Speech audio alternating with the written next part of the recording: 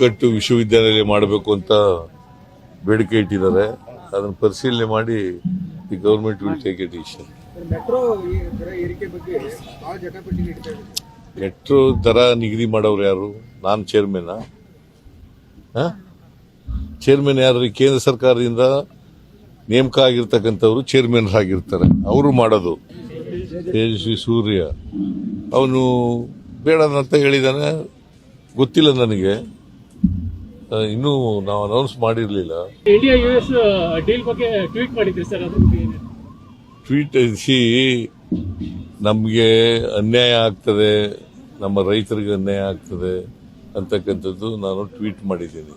America ಮತ್ತು ನಮ್ಮ ದೇಶ ಮಾಡ್ಕೊಂಡಿದ್ದಾರಲ್ಲ ಅಗ್ರಿಮೆಂಟು, ಅದರಿಂದ ಅನ್ಯಾಯ ಆಗ್ತದೆ ಅಂತ ಹೇಳಿದ್ದೀನಿ ನಾನು. ಪ್ರಧಾನಮಂತ್ರಿ ಅವರು ಇನ್ವಾಲ್ವ್ ಆಗಿದ್ದಾರೆ ಅಂತ? ಅವರು ಒತ್ತಾಯಕ್ಕೆ ಮಣಿದಿದ್ದಾರೆ ಅಷ್ಟೇ, ಅಮೆರಿಕಾದವರ ಒತ್ತಾಯಕ್ಕೆ ಮಣಿದಿದ್ದಾರೆ. ಏನಪ್ಪ? ಮಲ್ಲಿಕಾರ್ಜುನ ಸರ್ ಇಲ್ಲ ನನ್ನ ಹತ್ರ ಬಂದೂ ಇಲ್ಲ, ರಾಜೀನಾಮೆ ಕೊಟ್ಟೂ ಇಲ್ಲ. ಅವೆಲ್ಲ ಸತ್ಯಕ್ಕೆ ದೂರವಾದವು. ನೋ ಉತ್ಪ್ರೇಕ್ಷೆ, ನೋ ಊಹಾಪೋಹ.